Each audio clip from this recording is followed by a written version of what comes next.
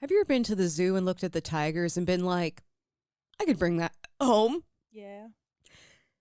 Have you ever been in the wild and see a giant bear and been like, I just kind of want to pet it? Every day.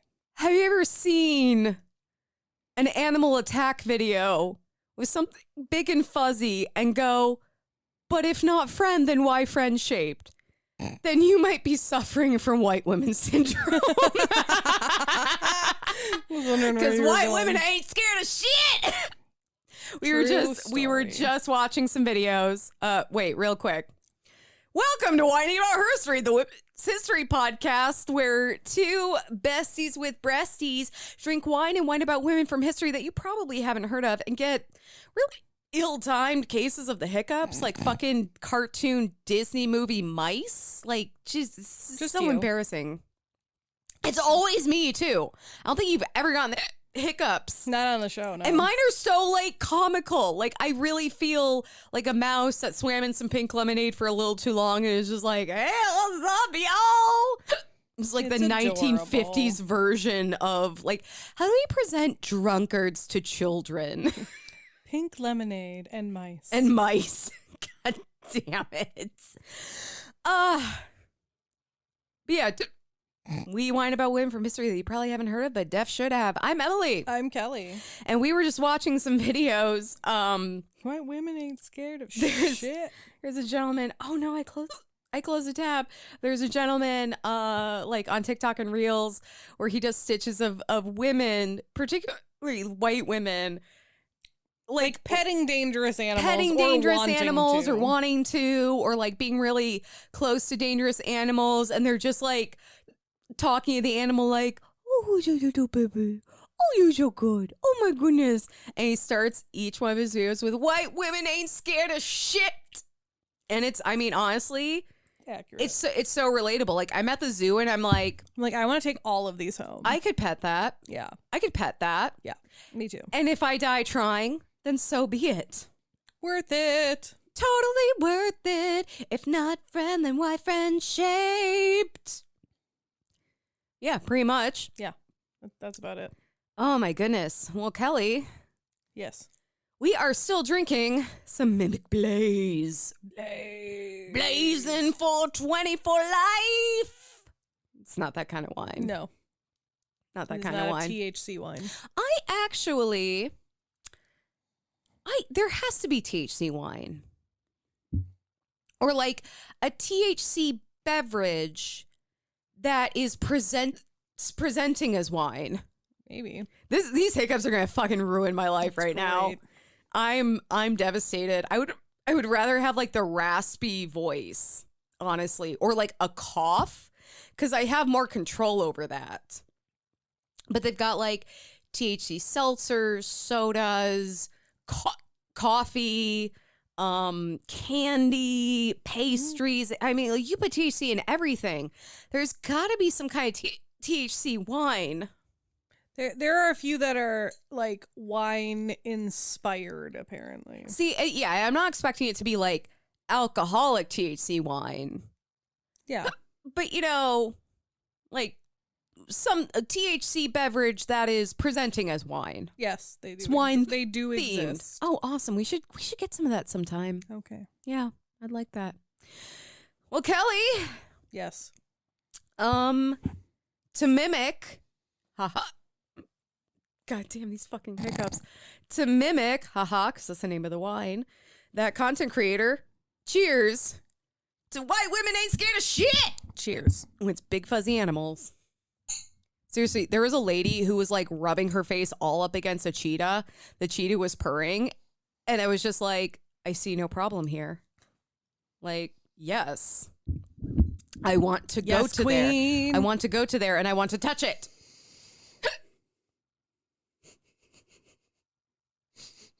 Then hiccup. Skelly, who the fuck are you whining about so I don't have to Do like... I need to have like Justin come and like pound on the door and scare you? No. Go find I'll... that bear. You talk... Do not fucking even. Kelly, I will start smashing shit. I will start smashing shit. I might have burned it. I don't know. You threw it outside at one point, and Zana brought it back. I know. It was the ultimate betrayal. She chewed on it for a little while in the yard. Well, because then she sensed it was evil, and she's like, I can't be chewing on this. I'm gonna bring it back inside, away from the sacred area where I shit. Yep. I am whining about Charlotta Bass. Charlotta? Charlotta. Oh. Like Charlotte, but with an A at the end. Okay. I was just like, are you sure it's not like Carlotta, but who am I to tell you? CHARLOTTA. All right. I guess it could be Carlotta. We'll say Charlotta. I like it. No, now I need to look it up. Nope. No, you don't. We're fine. Everything's fine. Kelly, don't make me talk while you're looking shit up. It's your own fault. It's an audio format. We can't have dead air. Yeah, so you just have to keep talking. God fucking damn it. It's your own fault. Oh my God. I blame the tater tot pizza. It was delicious. It was so good, but I don't know, it was the cheese sauce or the tater tots or the scallions are just not agreeing with this beautiful red blend right now. I don't know what could have gone wrong. Yeah, so it's Charlotta. God damn it. We're good. I don't know why. That was right. I don't know why I would question you. All right, tell me all about Charlotta. So Charlotta was born Charlotta Spears on Valentine's Day, February 14th. Aww. 1879. Oh, the 70s. Time of bell bottoms. Right? Yeah. I said 79. 74 is what I meant. They look very similar. To parents Hiram and Kate. She was the 6th of 11 children. Jesus Christ. This bitch was the original John and Kate plus 8. Hiram and Kate plus entirely too many fucking kids. Yeah. So she was the 6th of 11 children in an African-American family. Her family was not wealthy, but they believed deeply in education and community and like providing and giving back to others. Because money doesn't buy class. Right? She would receive an education from public schools and 1 semester at Pembroke College, which is within Brown University. Oh, wow. She went to public school and then she was in Brown University. Yeah. Like that was for 1 semester. Okay, but still, that was quite the leap. Yeah. Her early childhood is not as important as her later life. At least I couldn't find a ton of information on it. So when she was 20, she would move with her brother to Providence, Rhode Island. Ooh. Damn it. Where she would work at a local newspaper, the Providence Watchman, which was a local African-American paper, and get her first taste for the world of print. I don't know why you're waiting for me to respond because I was waiting for another hiccup. It's so bad. Charlotta would work for the Providence for about the next 10 years. Sometime around 1910, she would go west to Los Angeles for her health because that's what a lot of people did back then. Doctors were prescribing California sunshine like it was penicillin. I mean, that dry air and that vitamin D. Bitches. Get the D. I need the D of the vitamin variety. I said that to someone the other day who was not familiar with the podcast, and I was like, oh yeah, I gotta get that D of the vitamin variety. Like I said the second half louder because I'm like, I need to be very clear about what I'm saying. Fortunately, they were on the correct frequency of weird. They got it. It was not a problem, but I was like... You had to make sure. But I was like, Emily, you can't be dropping shit from the podcast on unsuspecting randos. They don't know. They don't understand. They don't listen. They don't know what this means. They just think you're being creepy. They're not cool. Which you are, but... So Charlotta was about 36 years old at the time of her moving to California. And like I said, not in the best of health, hence moving to California. So she would end up working at this little paper called The Eagle, which again was an African-American, this time a weekly newspaper that wasn't doing too well, but she still wanted to work there instead of, lounging on a deck chair or on the beach or doing other California-y things. I mean, honestly... The latter sounds amazing. Right? I'm not going to say she made the wrong decision. I'm just saying I would have made a different decision. Yeah. So when she first joined the Eagle, she would sell, like, she was a subscription seller. However, within a few years, she was running the whole damn thing. Oh, holy shit. So that's right. When the paper's founder died. Oh, God. Okay. She would assume the role of editor. And then within the next few years after that, she would become owner after purchasing it at an auction for $50, which is only $1,669.98 in today's money. So actually still not that much. Like, for an entire newspaper? Yeah. I wonder what that entails, buying a newspaper. Yeah, I don't know. Because, like, I would assume you'd also want to buy, like I wonder if that's for, like, the printing presses and stuff. Yeah, if you have any of those contracts. But also, then so I'm like, well, you could start your own newspaper, but I bet the startup capital is a lot more than buying an existing newspaper. Especially because if then you if also you're have absorbing all those subscriptions. Exactly. You keep all the subscribers. Yep. So she would rename her new purchase the California Eagle. So she just added California to it. Eagle! Which would become the longest running African-American newspaper on the West Coast. And I need to emphasize this. She was the first African-American woman in the U.S. to own and operate a newspaper. So decades before Girl Boss was even a thing, Charlotta was out here running the press. Like, she didn't come from privilege, but she is building her own. What year is this? This is the early 1900s? Mm-hmm. This is probably 1914, 1915. She was more in the 1870s. Mm-hmm. She was the first woman, the first black woman to own and operate a newspaper in the U.S. That surprises me, and I think the reason is, first of all, I'm also not accounting there for were plenty of women writers, but they probably didn't own the newspaper. Exactly, because I'm like, well, also the American Civil War ended in, I think it was like the 1860s. Mm-hmm. So she was born right after that. This is the early 1900s, where after the Restoration period, we do, a lot of black women coming up have been denied access to education. They've been denied access to, like, even learning to read and write. Oh, yeah. And I think we've covered a lot of black women journalists, and like Ida B. Wells stands out. She was a bit later. Yeah. Holy shit. Wow. Okay. Yep. I know. That's amazing. It simultaneously, like, the timeline kind of works for me logically, but it also seems like... It seems late. Yes. Yeah.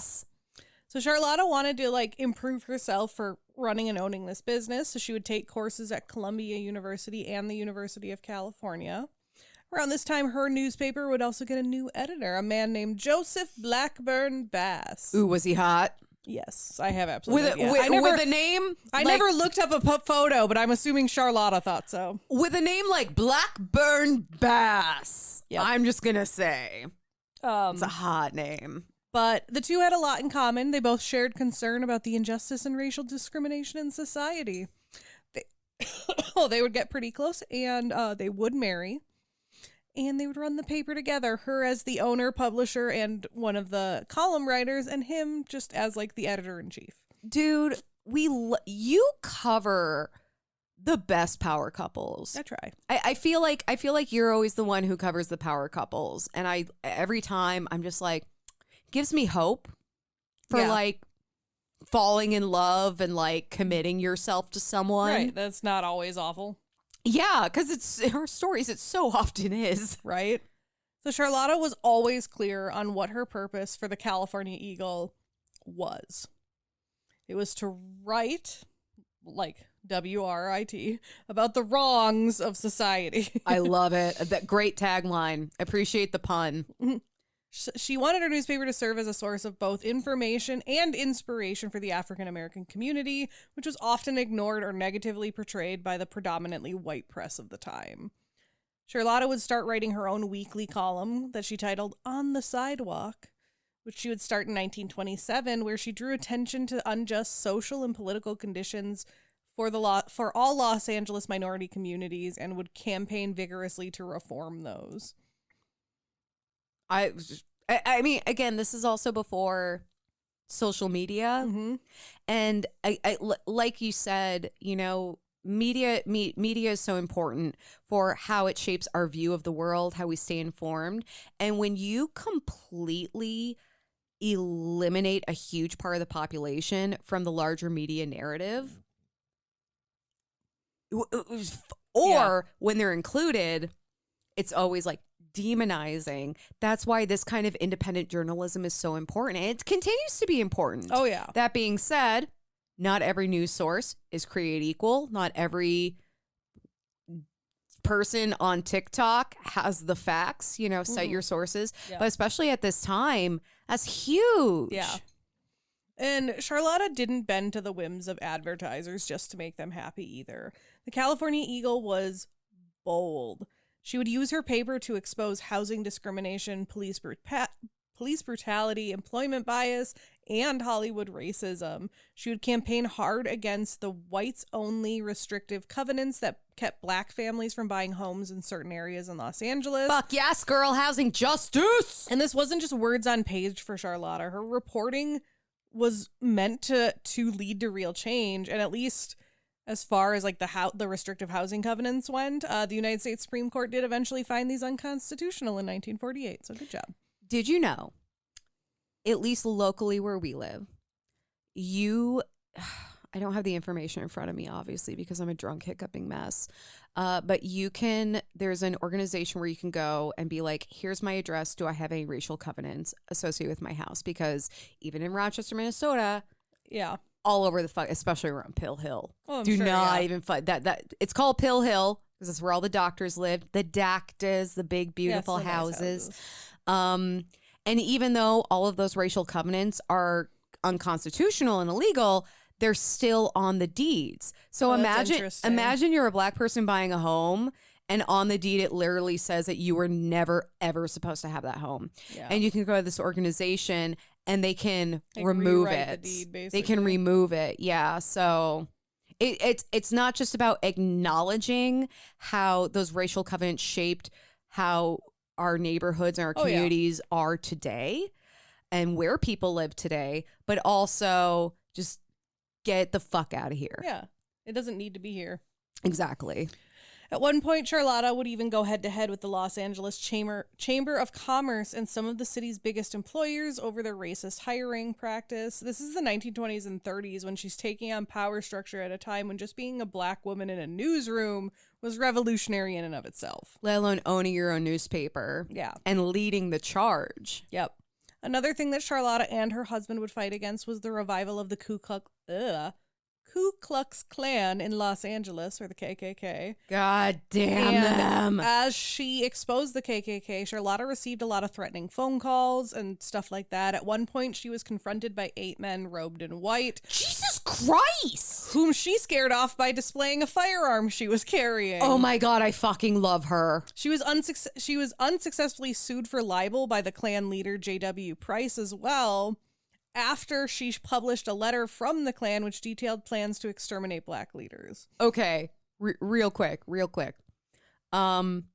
Libel is printing something that is untrue. That's why it was unsuccessful. She literally printed their own letter, you guys. Yeah. She literally printed the letter that they wrote, and then they tried to sue her.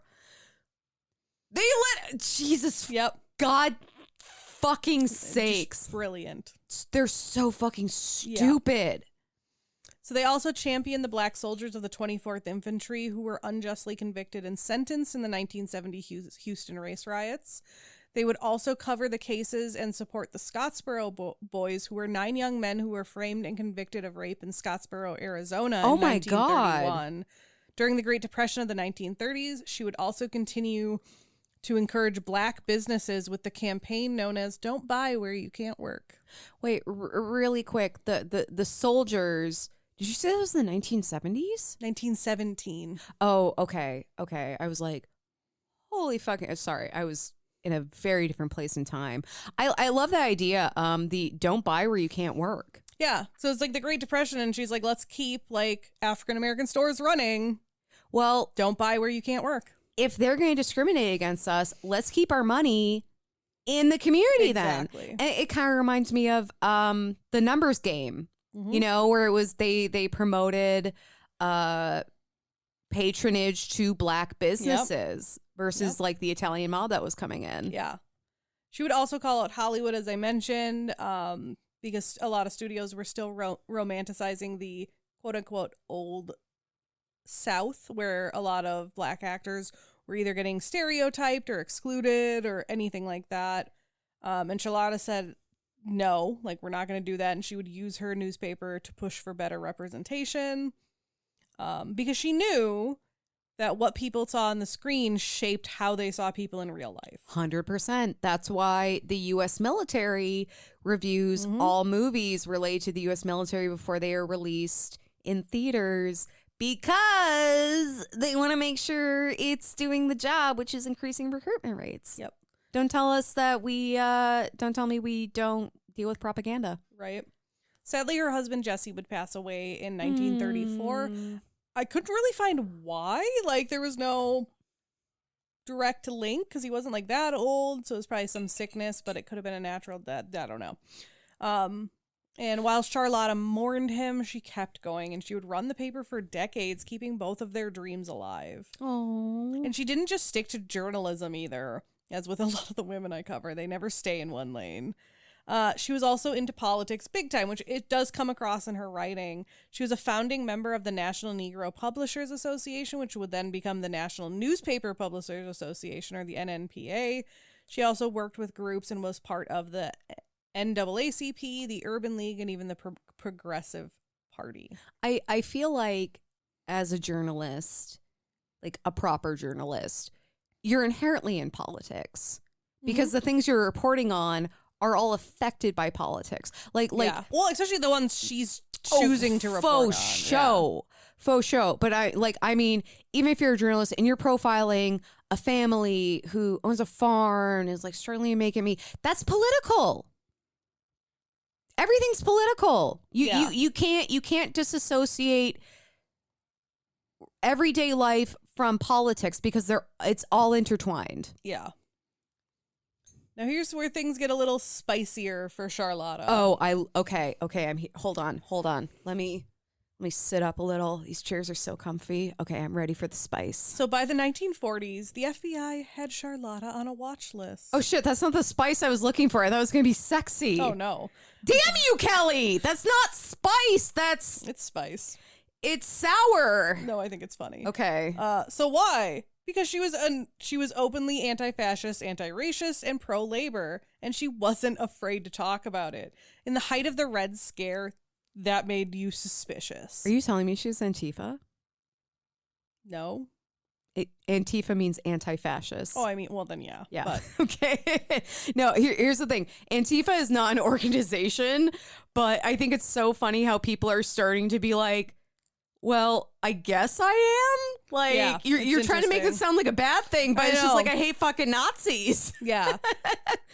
She once said that her activism and her journalism were part of the same mission, to make America live up to its own promises. So that's exactly it. The California Eagle and Charlotta are credited as pioneering multi-ethnic politics, advocating for Asian American and Mexican American civil rights in the 1940s, especially during World War II. Oh my God. Most Japanese Americans were relocated from the West Coast to interior detention camps after the attack on Pearl Harbor and fears about security. The California Eagle, along with other African American presses, were under investigation by the Office of Secretary of War, who viewed it as a threat to national security. The Department of Justice interrogated Charlotta in 1942 over claims that the paper was funded by Japan and Germany, fearing the criticism of the U.S. was motivated by their enemy alliances. Yep. And in 1943, the Department of Justice asked the post office to revoke her mailing permit. The post office... What the fuck? They argued that the newspaper could not be mailed due to sensitive materials, and my laptop just died. Oh no! I mean, it's fine. I can pull it up on my phone. Just give me a second. Okay, I love. Okay, in so many of the stories we cover, the United States flexes this ability to shut shit down so hard. Yeah. And I do not agree with it, obviously.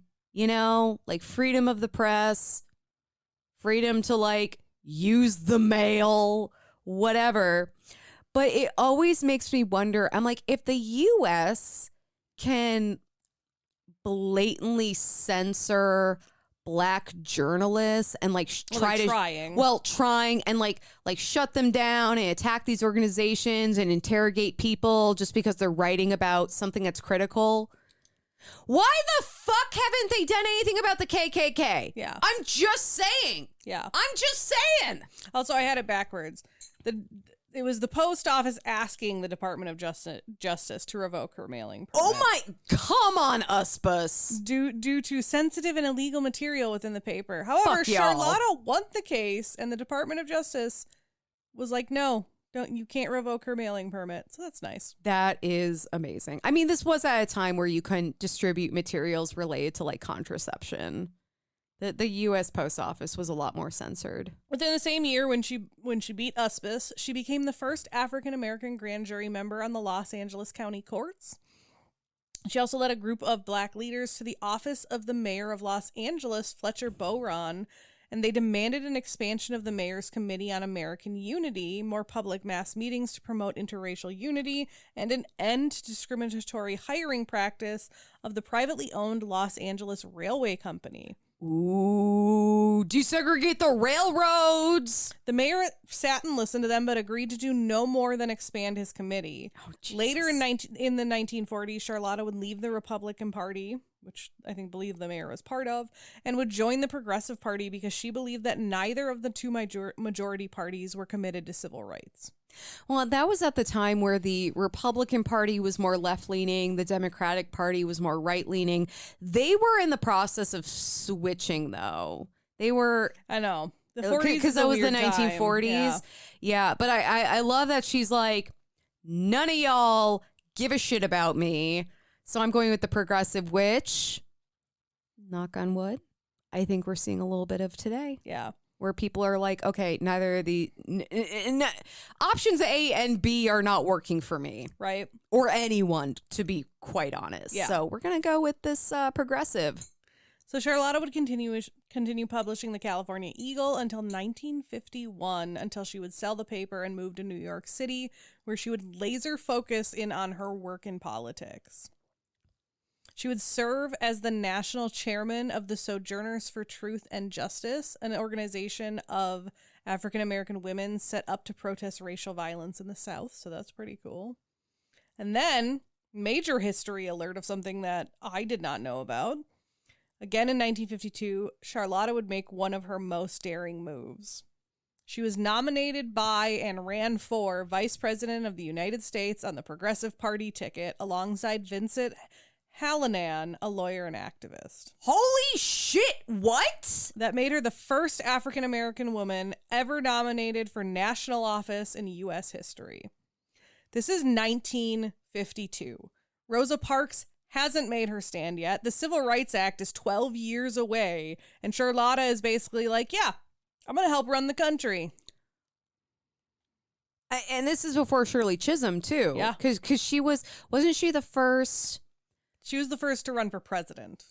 She was the first Black woman to run for president. Yes. She wasn't associated with one of the major parties, though. Was she? I mean, neither progressives technically. I mean, no. I know, but I know they like to, there's different firsts and they, qualify it. But still, like that was a huge deal. And she's like, 1950, I'm going to be vice president. Well, Shirley Chisholm was. Because she's the first major party nomination for president of the United States. That's why I thought. And that's first African American in general, not woman either. Yes. Which was amazing because in her story, I know you talked a lot about how she, like, obviously she faced racism, but she faced more opposition from like Black men. Yeah, that was in 1972. Wow. Oh my God. So this is just to put the timeline in perspective is incredible. Yeah, this is 20 years before that. Yeah. So not only was she running like as an African-American woman for vice president, but their platform was also considered very wild for the time. Their platform included racial equality, equal rights for women, civil liberties, peace over war, and even universal health care. You know, all those things that people are still debating and arguing over today. I'm sorry, because when you started, I was like, Kelly's about to list a bunch of shit that we are still asking for, and it's going to hurt me. And even though I knew that, it hurt me. Oh my God. Mm-hmm. She was endorsed by like a lot of major names of the time, including Paul Robeson, W.E.B. Du Bois, and A.W. Jackson.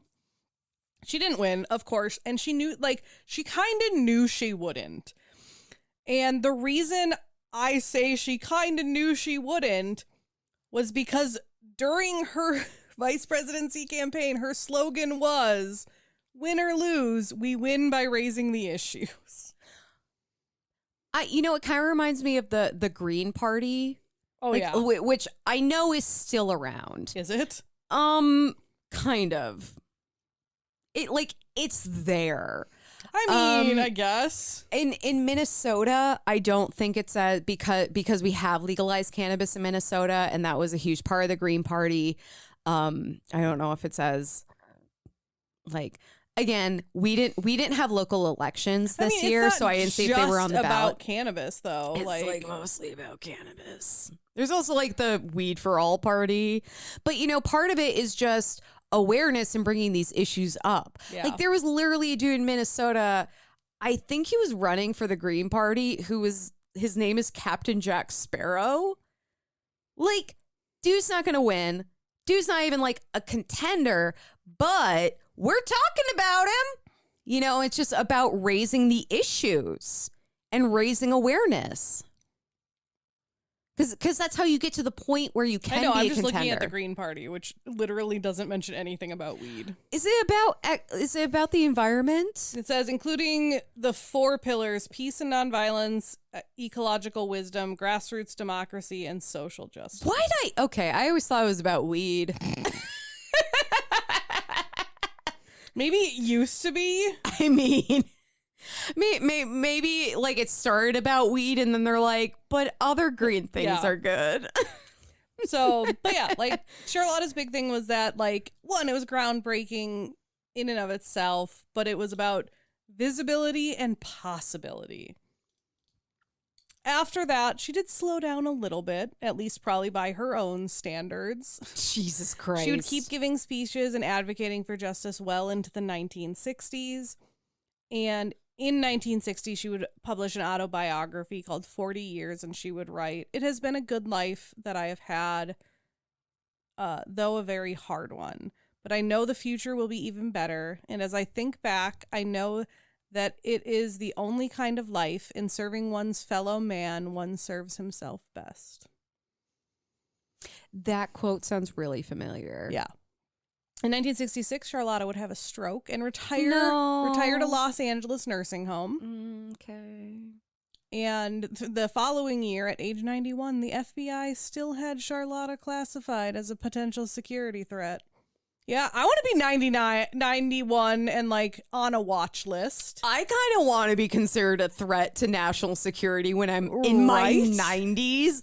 Like, because when, you know, I'm not saying it was right that she was ever like on their watch list or anything, but to be 91 and to be like, yeah, the FBI is watching me because I'm such a baddie. Like, I love that. Right. I love that for her. Yeah. That's why I included it. I was like, that's such hilarious. A badass. So during her years of retirement, she maintained a library in her garage for the young people in her neighborhood. It was a continuation of her long fight to give all people education for opportunities for education. She would die in Los Angeles on April 12th, 1969, at the age of 95. Shit. She is buried alongside her husband in Evergreen Cemetery in East Los Angeles, California. However, the grave marker only bears the name of her husband, which is very unusual for the time, so I don't know if it was like a cost thing. They never had any children or anything like that, so I don't know if it was just like there wasn't anyone to be like, we should buy a new tombstone that has both their names on it, or what the situation was. I couldn't find any information on it. Can we start that GoFundMe? Right? So Charlotta didn't just live through history. She shaped it. She's part of a long line of women who refused to sit down and be quiet. She made noise, she made enemies, but she made change too. And let's be honest, if she were around today, she'd be, you know, running her own news outlet, fact-checking politicians on Twitter, dragging people in the comment section, and just generally being a girl boss and ruling the world. And she's a girl boss, not in the, like, MLM. Like, right. Do you want to be no. Hey, I know I bullied you in She's high like school, a Michelle but do you want to Obama be a girl girl boss. Yeah. Oh my. They would be best friends. Oh my God. Okay. Have you seen K-pop Demon Hunters? Nope. I want a version of K-pop Demon Hunters where it's Michelle Obama, Kamala Harris, and Charlotta. That would be amazing. And they just slay racism. That would be amazing. And drop the maddest of beats. Yeah. So Charlotta is one of the women, I mean, along with basically every other woman we've covered, if not every woman we've covered, except for maybe the ones we cover in October, who doesn't just belong in the history books, which she definitely should be. But she belongs on murals, in classrooms, in conversations, in storytelling, just in people's lives, because she's a woman who built the foundations of the modern civil rights movement, of media, of politics, of truth and journalism. So this one's for Charlotte Bass, the truth telling, or Charlotta, thank you. I did that so many times in my notes, I had to go back. Charlotta Bass, the truth-telling trailblazer. Truth-telling trailblazer. She's the original headline maker, an all-around powerhouse who proved that in the hands of the right woman, the pen can be the sharpest weapon of justice. Sorry. All the fluids are going to a different place. After you said that, I was just like, oh my God. All the blood is rushing to other places. Yes, that is. I am engorged. That was really hot. No, I'm trying seriously, to give you titles now. I appreciate that, because every now and then I go into title the episode, I'm just like, oh God damn it. What are you? And then sometimes I Google the woman to see like what other people trailblazer. That is amazing. Because the whole time I'm really glad that you brought up like what she would be doing today, because the whole time I'm like, she would fucking rule the world. She was definitely ahead of her time. And as much as I want her like doing the Lord's work today, she was so needed. Someone like her was so needed at that time, which is really incredible. Well, and I'm so like, I'm glad they had her. Wow. Also, let's get her a fucking headstone, y'all. Fuck yeah. Like, I mean, but seriously, it's a banana. What could it cost? $10? How much does it cost to carve a name into a stone? I mean, especially if there's like still room on the existing headstone. Like, come on, guys. See, I was imagining like getting a second headstone that just has her name, where it's just like BT Dubs. Yeah, BT Dubs also buried here. And also, well, because I looked that up too, because I was like, also starring. I was like, in 1960, like, was it common? Like, I feel like it wouldn't be common for, you know, like it only to have the husband's names, and it wasn't. Like, it was much more common to like have both, or to have like the family name if you were only going to do one. And so that's why I'm wondering if, because they didn't have any like children or anything, if like when she passed, either no one had the money to like inscribe another name, or it was just kind of like, well, we already have the headstone. It's, you know, it's like, hey, she bought the plot, but she didn't buy the granite. I will say, and I think it can be very family specific, because obviously if there's someone saying this is what I want on it, it's going to happen. But like, I've been doing some research on my uncle who passed away in 1961. And I actually found him on, I've been to his grave, but I was looking for more information on him. I found him on findagrave.com, which is like one of my favorite websites in the world. And it listed his age of death as like 15/16, because his gravestone only lists his year of birth and his year of death. Okay. So I'm like, what the fuck? I know the people who dealt with it, who like did this headstone. They didn't put like specifics. Yeah. So unfortunately, I'm doing all of this after his parents are gone, and there's not a ton left, so I have to like try to do a little more digging. Fortunately, though, actually, while you were reading your story, I got an email from my uncle. Oh yeah, yep, is my dad's older brother, middle child. He died of cancer when he was like 15 or 16 years old, buried in Woodstock, Illinois. Woodstock, Illinois is not a large place. They have one high school and they have one library. So I emailed his high school because I was looking for a photo of him. I haven't heard back from the high school, but I did hear back from the library.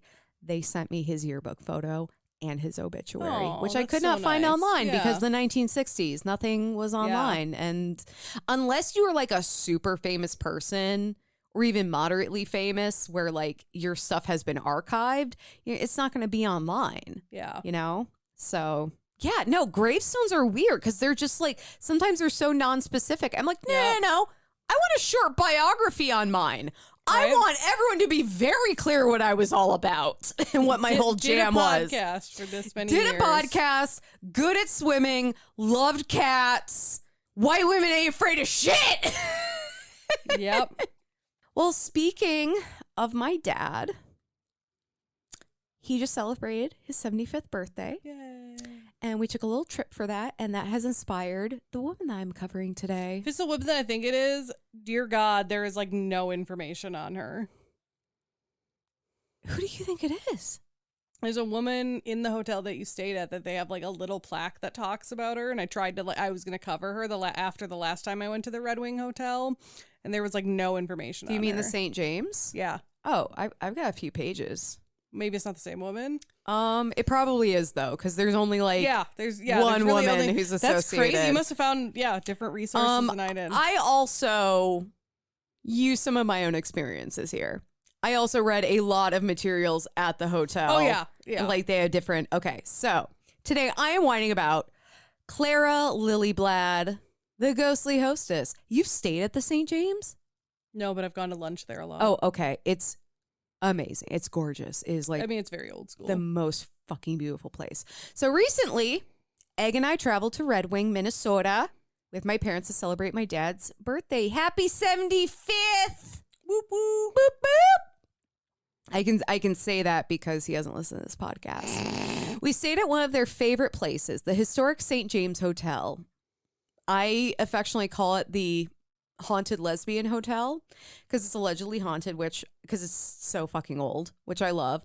But also one time when my parents were there, my mom saw a couple getting married, and she was looking for the groom, and she realized it was two brides, and she was so excited because she's never seen a lesbian wedding. And she was like, your mom's adorable. She was just like gushing over their dresses, and she was just like, she was just so excited because it's just something like, my mom's were in the 1950s. It's not something she's experienced. So getting to see it, so cute. And my mom is definitely an ally. She thought it was like the cutest thing. So I call it the haunted lesbian hotel. And I've always wanted to go there, and now I had the opportunity. Yeah, I'm not surprised you're covering it. Covering her because she's potentially one of the ghosts. So the dream child of 11 businessmen who wanted to capitalize on Red Wing being the wheat trading center of the world. Yep. Which, like, get that bread. The St. James was not bread, Emily. Wheat. Where do you think bread come from? Pre-bread. Bitch, that's a lime.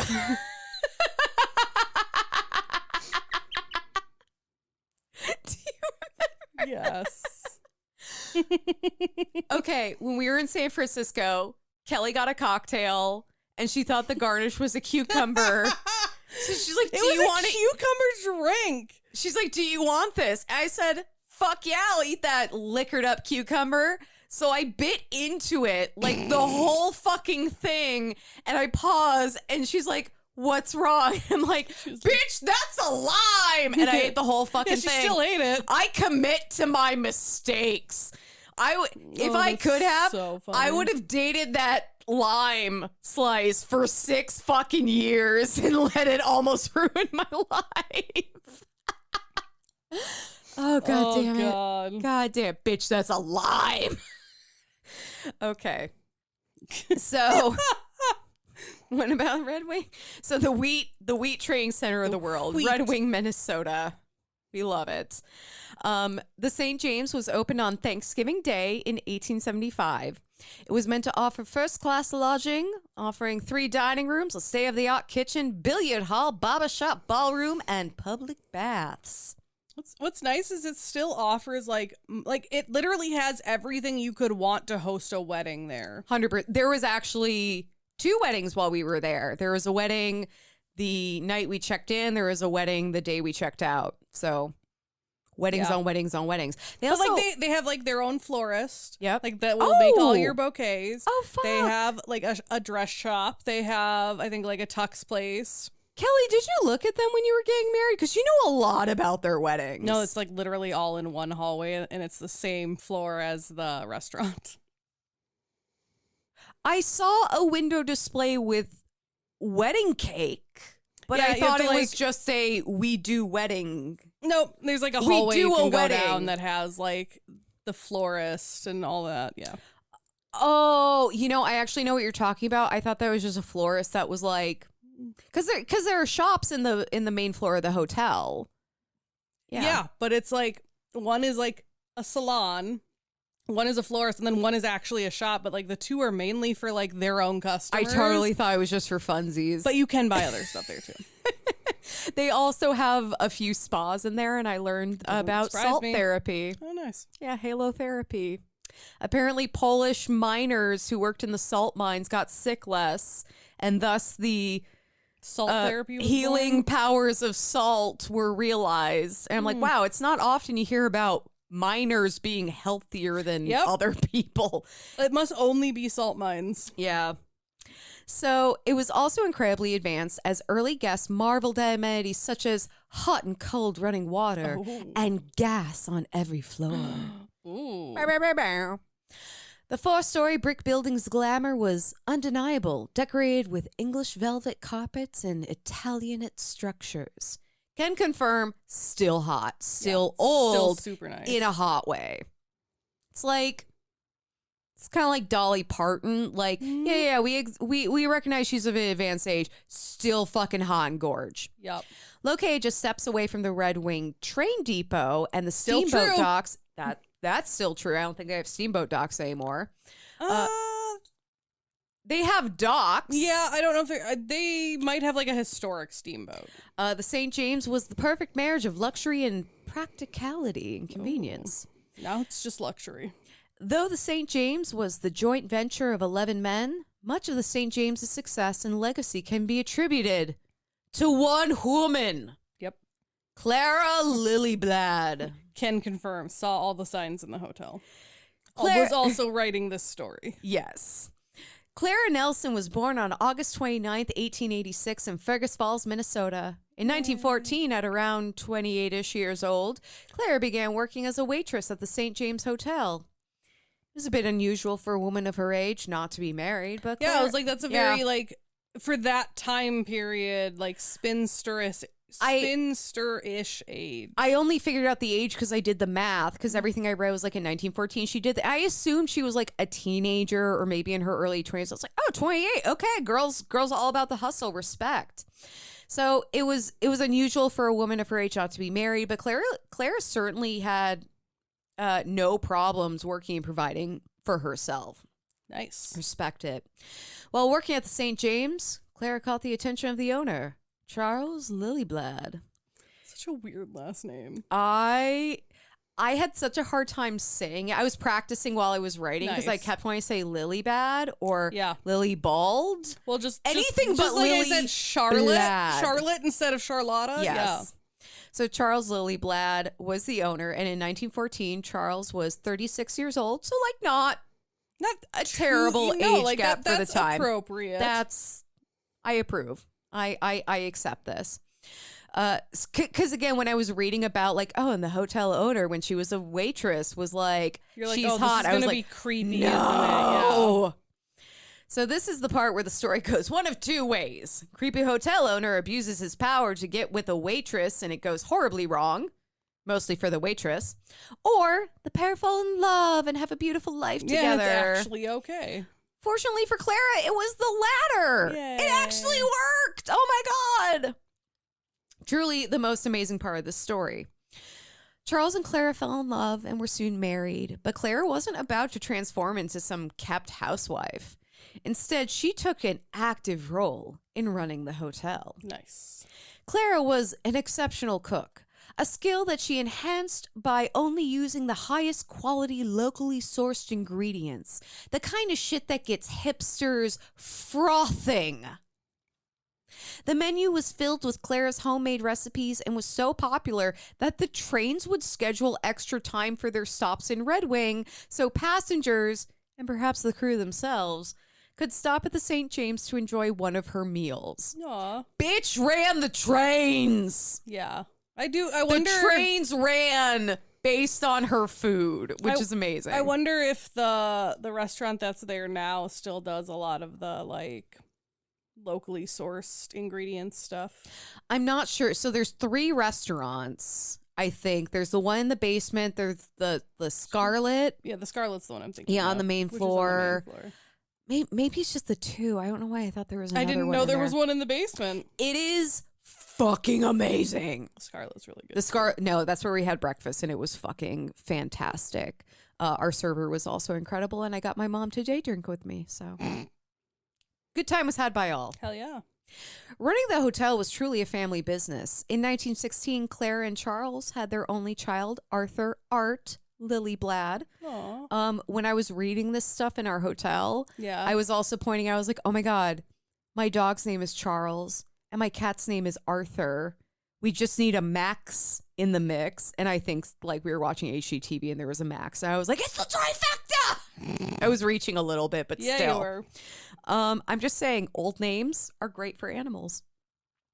He was born right in the hotel, which made sense as Charles and Clara shared room 310.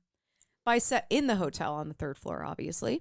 By 7 years old, Art was working as a bellhop and probably getting that would be adorable. And I'm imagining him in like a little red and gold bellhop outfit. Can you imagine? He was probably getting the best tips because like who doesn't love a scrappy, enterprising kid? Like a kid who's like, I can carry your bags and then like does it and you're just like, oh my God, I'm about to melt. Yeah. So cute. Clara was a savvy businesswoman who was said to run the hotel with, quote, an iron fist, but she was also a caring hostess. According to family lore, a honeymooning couple was staying at the St. James. The couple had spent most of their money on the room and had little extra cash, so for dinner, they ordered the cheapest thing on the menu, hash. Which still sounds good. Yeah, I'm like, that sounds delicious. But like if I'm going out to eat and like spending money and I'm on my honeymoon, like I get it. It's a little, but it's about the experience and it's about being together. When their server informed Clara of their situation, she whipped up the finest, most expensive meal available that evening. When the bill came, the couple were surprised that they were only charged for the hash. That's really sweet. This woman ships a good couple. Right. She stands a cute couple. And like it Don't makes we sense. All stand a cute couple? We do, but it makes sense. Like, some of the women we've covered have like had really messy or tragic love lives. Oh yeah. She met and married the love of her life and they successfully were partners in running this business. Yeah. So I'm just imagining her like probably wants to like spread that to other people. This young couple, they're just starting out, they can't afford much, and she's just like, well, they love you. Chose to spend their money on the room to like have that experience. It's so cute. It is. I like to think of her as like being a bit of a romantic. I think she is. On April 13th, 1932, at 54 years old, Charles Lillyblad died. Oh. I assume it was natural causes. I couldn't find. Yeah, I was just saying it's kind of like mine. It's like when there's nothing super like intense about it. It's here's the thing: if it's a murder, you're gonna hear about it. If it's they died because they're old and it's the 1930s, you're just gonna hear that they died. By all accounts, Charles and Clara had a good marriage and ran the hotel well together. But with Charles gone, the hotel's future seemed uncertain. women working in the 1930s was one thing, but running a business by themselves was far less common. Yep. This was also Just because it was uncommon doesn't mean it can't happen. 100%. This was also during the Great Depression when luxury businesses such as entertainment and travel suffered, especially a nice hotel like the St. James. Like this wasn't like the place you pay by the hour because you're a traveling salesman and you need a bed for 30 minutes to get like a power nap. This is a nice place. Claire continued to run the hotel, now as its sole owner, still living in room 310 with her son Art, who grew up learning the family business. Aww. And again, that's the other thing. I'm like, by that time, so he was born in 1916. Charles died in the 1930s. So like he was an adult, but still or like close to, yeah, but that's still like hard. It's just like I'm in my 30s and I feel like I'm too young to lose either of my parents. I'm like, no. Who's going to tell me how taxes work? My accountant, that's who. Yeah, I was like, your tax person? My dad used to do my taxes, and just to save our relationship, I started paying someone to do it. Nice. Not because my dad didn't do a good job, but because he's a bit of a procrastinator, and it would stress you out. It got really stressful in April. It got real tense in my family. Anyway, through the Great Depression, World War II, and more, Clara successfully ran the St. James Hotel until her death on June 24th, 1972, at 85 years old. Holy shit. Talk about a girl boss. Good God. I love how we sync up on this shit sometimes. Yeah. It's truly amazing. Her uteruses are glowing. Oh, my God. My uterus doesn't want children. It just wants stories with connecting themes. Yeah. Upon her death, Art took over operations of the hotel I'm so glad. I know. Until his death on November 11th, 1998, which we just passed the 27th anniversary of his death. Holy shit, yeah. Yeah. I did math. Yeah? I'm so proud of you. I did the math. A math was done. A math was had. I did a math. I'm sorry, I keep trying to think of how she did an arsenic. Yep. I did a math. I did a math. The whole family is buried in Red Wings Oakwood Cemetery. I don't think I included this in my notes, but Art did marry who I assume was a lovely woman. She passed away, it was like 1914 or 1915. Mm-hmm. But I don't know if she ran the hotel after he passed away, but after the Lillyblad family, Red Wing Shoe Company, which is a huge business, obviously in Red Wing, took over ownership and operation of the hotel. So they were the last family to run it, the Lillyblads. While the St. James Hotel has had many owners and operators in its 150 years, which I think they're celebrating 150 this year. Yeah, I think so. Clara stands out as having helped put the St. James on the map on their website. Well, and keep it there. Oh, and through the fucking Great Depression? Yeah. Jesus. On their website, the St. James Hotel calls her our matriarch. Yeah. And throughout the hotel are pictures and information about her. In a small museum on the main floor, you can see one of the white dresses she used to wear along with her photograph. There's only one photograph of this woman, though, which I was a little surprised by. I have it on my phone. You definitely do. In recognition of her business acumen, Clara Lillyblad was inducted into the Minnesota Women Business Owners Hall of Fame in 2017. Hell yeah. Do you know the lady who made Great Clips was in Minnesota, and she's also in this Hall of Fame? I did not know that. I did not know that either. That's insane. The culinary excellence and dedication to exquisite service that Clara instilled in the St. James Hotel can still be seen today. But according to some, it's more than Clara's influence that can be felt. This is how you got more pages out of it. You're talking about the ghost story. I'm talking, yeah. Spoiler alert, I did not have an experience and I was devastated. But Egg and I wandered the halls of the St. James third floor, decorated with old photographs of Red Wing's industrious past and a surprising amount of lace baby clothes. Like on the third floor, you get off the elevator, you walk down this hall, and there's a whole wall filled with baby pictures and baby clothes, like lace baby clothes in frames. That's creepy. There's a painting of a baby, and the eyes are not okay. They are an affront to God. Okay. Were you in room 310? So, sorry. Okay, so we were searching for our room. Where's 310? We asked aloud. A group of 3 women standing in the hall looked at us. This is your room, they announced. The one we were just admiring. We approached the door, expecting to see something unique, perhaps a special photograph hung on the wall. It was a plain white door, like the rest. Why were you admiring it? I asked them. The women smiled wryly, with one of them instructing me to Google the room later. Whoa, I said, holding up my hand. You cannot drop some mysterious comments like that and walk away. Is this a true story? This is a true story. This happened. This is not... I literally, they were like all looking at each other and smiling, about to walk away. I was like, no. Don't you fucking go anywhere. I was like, what the fuck is going on? So what's up? The women explained that the room was haunted. In fact, the whole hotel was haunted. As a spooky bitch, I already knew that the hotel's haunted reputation, but to learn the room we were staying in by pure chance was one of the most infamous, was the most amazing news I could have ever received. I know it was my dad's birthday, but I am the one who truly received a gift. The women warned us about an aggressive spirit in the staircase and that the basement was a hotbed of activity, which is where the Port restaurant is, where we had dinner.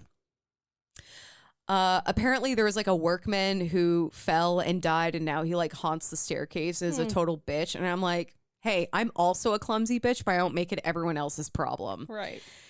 After a round of intense high fives, because I high-fived all those bitches. I was like, yes! I even high-fived one of them twice because it was a bad high five. I'm like, no, let's make this real. Jesus, Emily. I was so excited. Egg's probably just like, oh my God. He was. Oh my God. Were you there? Yeah. He's standing. I kind of forgot he was there for a second because I was just so fucking pumped. So after a round of intense high fives, Egg and I entered our room. It was big, beautiful, and looked as if it hadn't been changed since the early 1900s. Damn. There was a knock on the door. I thought it was my mom, but it was actually one of the women that we had seen outside the room earlier. She introduced herself as Deb, and she wanted to let us know, your ghost name is Clara. I feel a little bad about this. I did not invite her in to look at the room. I think that's okay. I don't think you should feel bad about that. But I feel like, I don't know how long this interaction's going. If it was just me, that's one thing, but Egg is here. Yeah. We just got into the room. I didn't want to make it. I don't think that's inappropriate. I don't think you should feel too bad about don't that. Get me wrong. Yeah. I was vibing with Deb and all her spooky bitches, and we kept seeing them throughout the hotel like the rest of that day, which was super funny. But I was like, Deb, I don't have a feel for how long you're going to stay in this room. Yeah. I don't have a feel if you know how to like read the room and know when to leave. You know, like it was one of those things. So I was chatting with her a little. She was very lovely. She let me know our ghost name was Clara.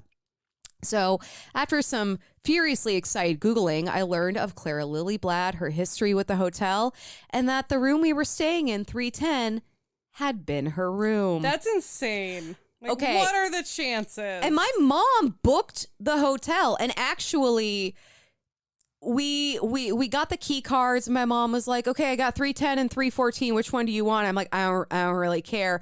314 was closer. So I was like, Mom, you take 314. We'll take 310. Yeah. And I did. So our room was bigger. It was it's like a corner room. It's really nice. So I did tell my mom about it, and I did give her the opportunity to switch. But when I also tell her it was haunted? I did tell her that, and that's when she was like, you have the correct room. Because my mom does not fuck with that. She doesn't like, she's not a spooky bitch like me where she's like gets really excited or like but super she's just believes like, in I'd rather not have to deal with it if it is true. I'm just not. Their room was gorgeous too. Ours was just bigger. Anyway, unfortunately, because I'm spiritually constipated, I had no experiences with Clara in the room aside from complimenting her taste and thanking her for a wonderful stay. Perhaps I talked to her a lot in that room. Is Egg still with you after that trip? As far as I know. So perhaps Clara didn't feel the need to intrude on us. At one point, I dropped a piece of chocolate-covered cherry on the floor because there's this like really awesome chocolate shop in Red Wing, and we got chocolate-covered cherries. Damn, you and Kurt be fancy. Yeah, we were watching the they also have these like really bougie robes that have like the St. James emblem. Oh, do they? On the breast. Hell yeah. So we were like in the robes, sitting on the bed, watching the World Series, eating chocolate covered cherries. Unfortunately, like the way the cherry, like I cracked into it and the chocolate broke. Oh yeah, I get that, yeah. Yeah, and so some of it fell on the floor, and in a panic, I ran to the bathroom, I grabbed a washcloth, and I cleaned up the fondant and cherry juice stain from the carpet. And I was like, here's the thing. If I did that in a normal hotel, I would not give a shit. I was not going to fuck with Clara in her room, though. So I like to think that as clearly respectful, and in my case, hopelessly admiring guests, Claire didn't feel the need to show us the iron fists that she had been known for. I did read about some of the experiences people have had in that room. Maybe it's the hopeless romantic in her being like, look at this adorable couple. I'm not going to disturb them. I did tell Egg later, because went to bed next morning, nothing happened. I did tell Egg later, I was like, I'm a little disappointed that nothing happened, but also I just think that means she ships us. Yeah. Because she's like, I think it, get it, girl. Exactly. I think it's. He likes trains. She approves of your relationship. Yeah. Because some of the experiences people have reported having in that room are not like super friendly. Like sometimes people see a woman in a white dress standing by their bed.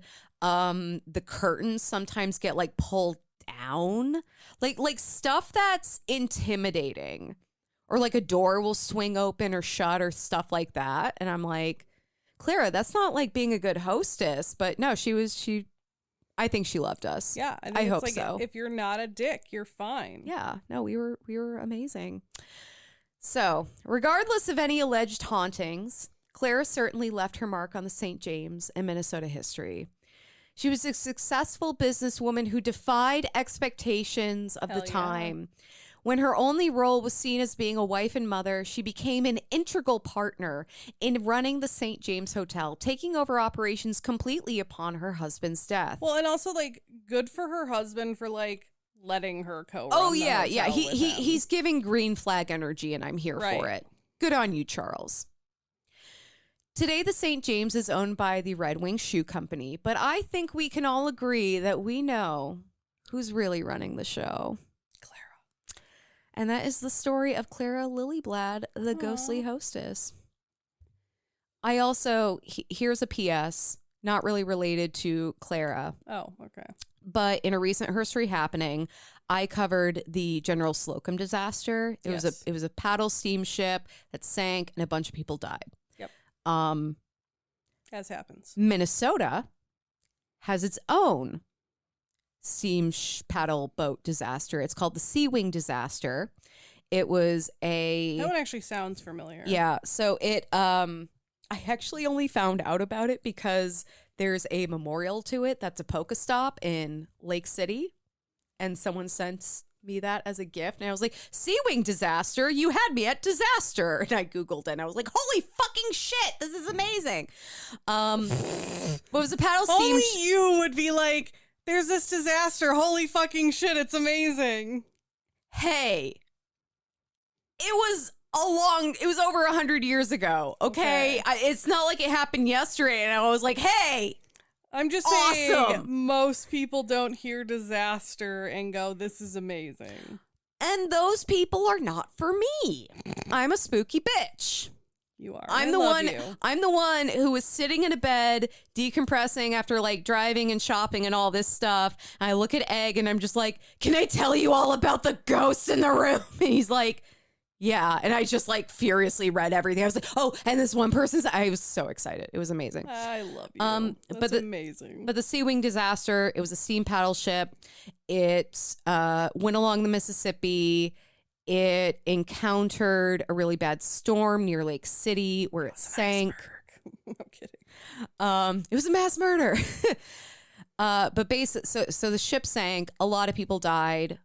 I think it was like mostly women who died. I actually thought about doing the Sea Wing, but for that herstory happening, but the General Slocum had a bigger impact on like women's history. So I was like, let's do that. But the basement of the St. James was used as a morgue to store bodies from that disaster. Oh, interesting. Because along the river, Red Wing and Lake City are not that far away, which is one of the reasons that the basement is supposed to be so haunted. That makes sense. Now, I'm having dinner with my family. We're celebrating my father. It's a beautiful time. We're getting ready to leave. And I'm kind of looking around our table, and I noticed there are all these old photographs of steam paddle boats, and I was just like, I fucking wonder. So my parents go back to their room, and I even told Egg, I was like, you can go back up to the room. I just want to check something out first, because I am not going to make anyone go with you if they don't want to. Yeah, on my weird little hyperfixation for the moment. Too. Oh, you 100% would have. I would have made you stay. Yeah, but Egg is an innocent bystander in all this. Okay. True. So I start going around to all the photos, and I'm reading the names. Is this outside of the restaurant? No, or are you wandering around in the restaurant? No, this is in the restaurant. There weren't a ton of people. I wasn't like leaning over people. So like I'm clocking the names. I had Googled a picture of the Sea Wing to kind of figure out what I was looking for. And I'm not seeing it. And as we're leaving, there's this high 2-person table, and I see a photo between them. This is when I got in people's business. Jesus Christ. It was Emily. a photo of the fucking Sea Wing. I just stick my hand out and I said, "There it is. They do have it." And Egg is probably like, I'm so sorry. Kind of. He was like, okay. But I was like, how insane is it that you have a photo of the Sea Wing in the basement where a bunch of the victims' bodies were held? How loudly did you say that? I did not say that part. But I was just like, oh my God, they do have it. I was like very excited, but I did not tell people why I was excited. That's hilarious. So if there was not a couple sitting there, I would have had Egg take a picture of me with the photo. I did have him take a picture of me on the bed in room 310. Okay. So I'm like, take a picture of me on the bed in this haunted ass room. That's why he's taking pictures of you on the bed. Yeah, it was amazing. I'm not gonna lie, I look cute as hell, but I mean, always. But yeah, no, it was. Here's the thing. That was super fucking exciting for me. Like, and that would be amazing. And the fact that I could like turn it into like a women's history, a story like for the bonus. podcast, and like have that, like, oh my God, I was there and I learned about this. Yeah, and that's super Because cool. it wasn't just like I found her online or I saw a plaque. It was like, oh no. I like fucking was obsessed with this bitch for like 2 days. And then I wrote the script, and that was another day. But it's like I love you so much. I just think it's so cool when you and I get to find women organically like that. And obviously, you knew about her too. Yep. And I do agree. There's not a ton of information on her. I was able to stretch out the script with information about the St. James and like me going there. But it's a really beautiful place. Highly recommend. And it was a really nice time to spend with my parents. It is a very beautiful place. Like Red Wing in general is very pretty. And the fall colors, Kelly. Bet, yeah. Oh God. But I'm glad it was such a nice weekend. It was a really wonderful way to celebrate my dad's birthday. I mean, again, I know it was my dad's birthday, but I was just like, are you sure this isn't all about me right now? Because it kind of feels like it is. I just like that your mom was like, nope, you got the right room. Yeah. Because we got in the room and saw how big it was. And Egg was like, should we switch with your parents? And I was like, no. And then I'll ask. And I was like, okay, wait, it's my dad's birthday. Don't be the world's biggest bitch. You can be a bitch. Don't be a bitch only daughter, Emily. Yeah. They only have one. But I checked with my parents. I let them know that the room was bigger, and they were like, we're good. I don't think either of them were super excited to stay in an allegedly haunted room. I mean, but definitely want to go back. like, we already put our shit down. I don't want to move it again. Yeah. That's how I would have been.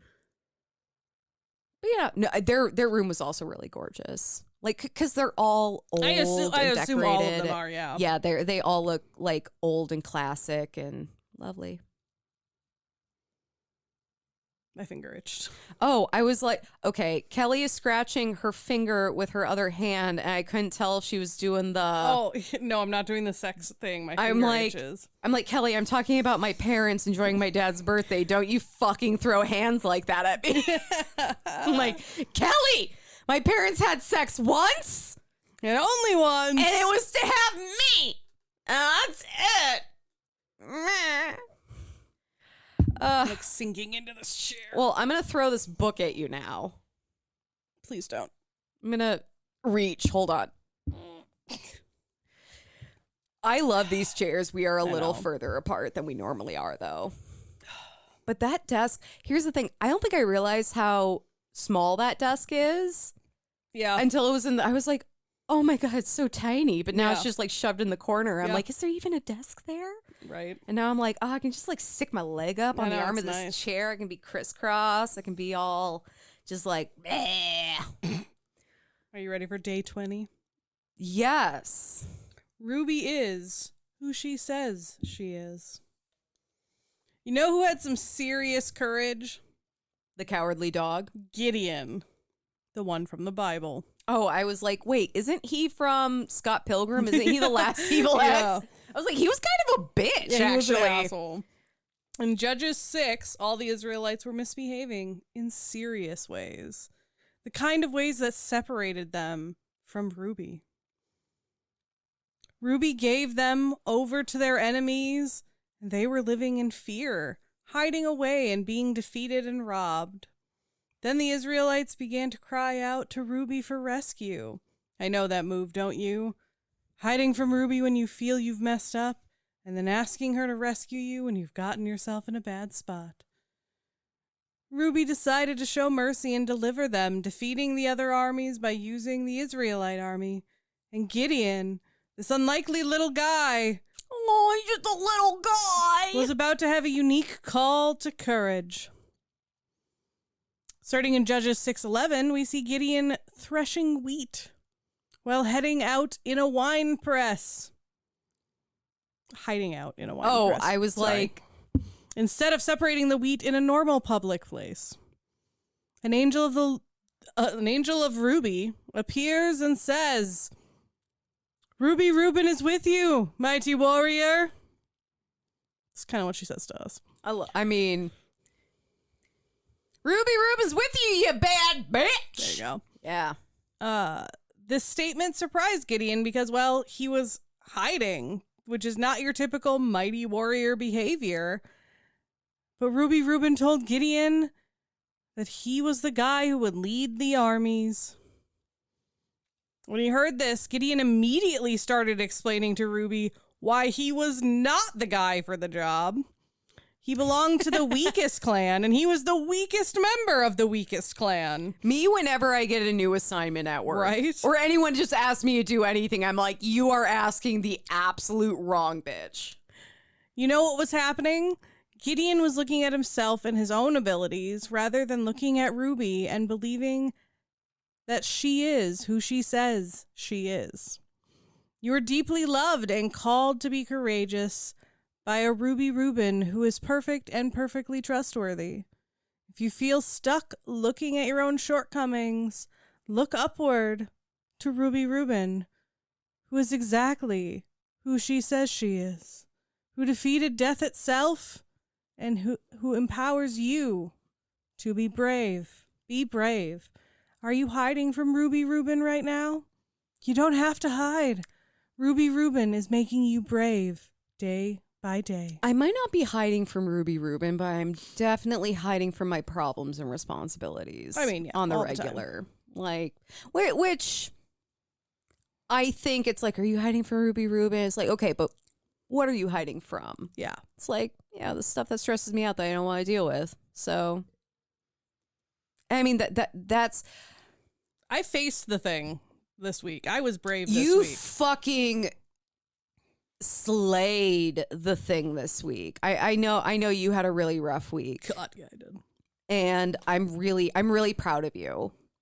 I really felt for you, and I'm really proud of how you handled it. I'm really happy with how it all kind of turned out. Spoiler alert, happy ending. Yeah. So it was nice. I appreciated kind of having a project to do today with the studio, though. Like, it was kind of a nice, like, thing to settle me after the rough week. Well, I think that's one of the reasons that I get so like fixated on like cleaning or organizing spaces, because it's something that, one, allows me to avoid other things that I have to do or should be doing that feel too big to handle. Yep. And two, I get to make that visible, immediate progress. Yeah, it so feels like good. this week I was ripping up carpet staples from my basement stairs. Nice.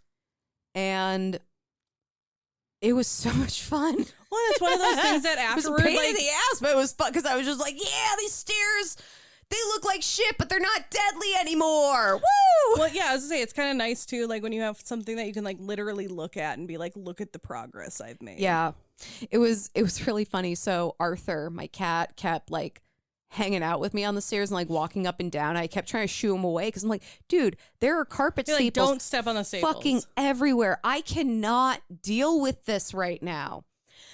He was fine, but when I had to take a break to walk upstairs to go to the bathroom, I got to the top of the stairs. And I was wearing flip-flops, these rubber flip-flops. Smart. And they were thick. They weren't like the foam ones where it's like, Yep. there's nothing happening here. And I was like, oh, I feel kind of like a little prick kind of by my toes. And I look and I'm like scraping at the top of the flip-flop. And I turn it around and there's like so many fucking carpet staples stuck in it. And that was just the little bit of one that I felt. And then I look at my other shoe and there's like 5 more. And I'm like, oh, Jesus. Really, that's the way to get up carpet staples. Just walk on the stairs with flip-flops. I mean, it kind of was brilliant. Yeah. But I'm like, how did my cat not stab himself? Because I cats thought I had are gotten all the fucking ninja bastards. Oh, they absolutely are. He is a ninja bastard, and I love him. Mhm. Obsessed. Oh my goodness. But yeah, no, it feels good to accomplish something in that's doable and that's tangible and that you can see the progress of. Yeah. So I think that's been one of the reasons I've been wanting to like be a part of reorganizing the studio. It's not I don't believe in you. Yeah. It's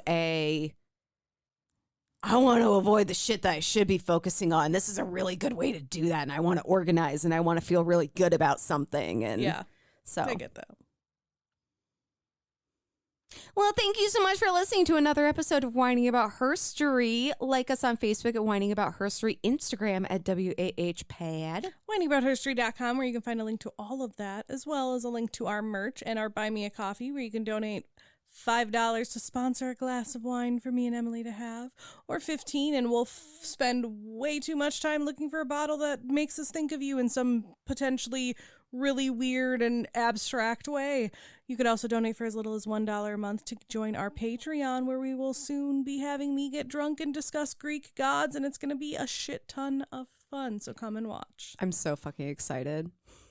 Especially now that we have these chairs. Oh yeah, it's going to be nice. Oh my God. It's amazing. It's amazing. Love it. Also, raise 5 stars wherever you listen because it pisses off all the right people. Mm-hmm. Thank you so much for listening to another episode of Whining About Herstory. I'm Emily. I'm Kelly. And I finally stopped hiccuping. Yay. Have an empowered day, y'all. Bye.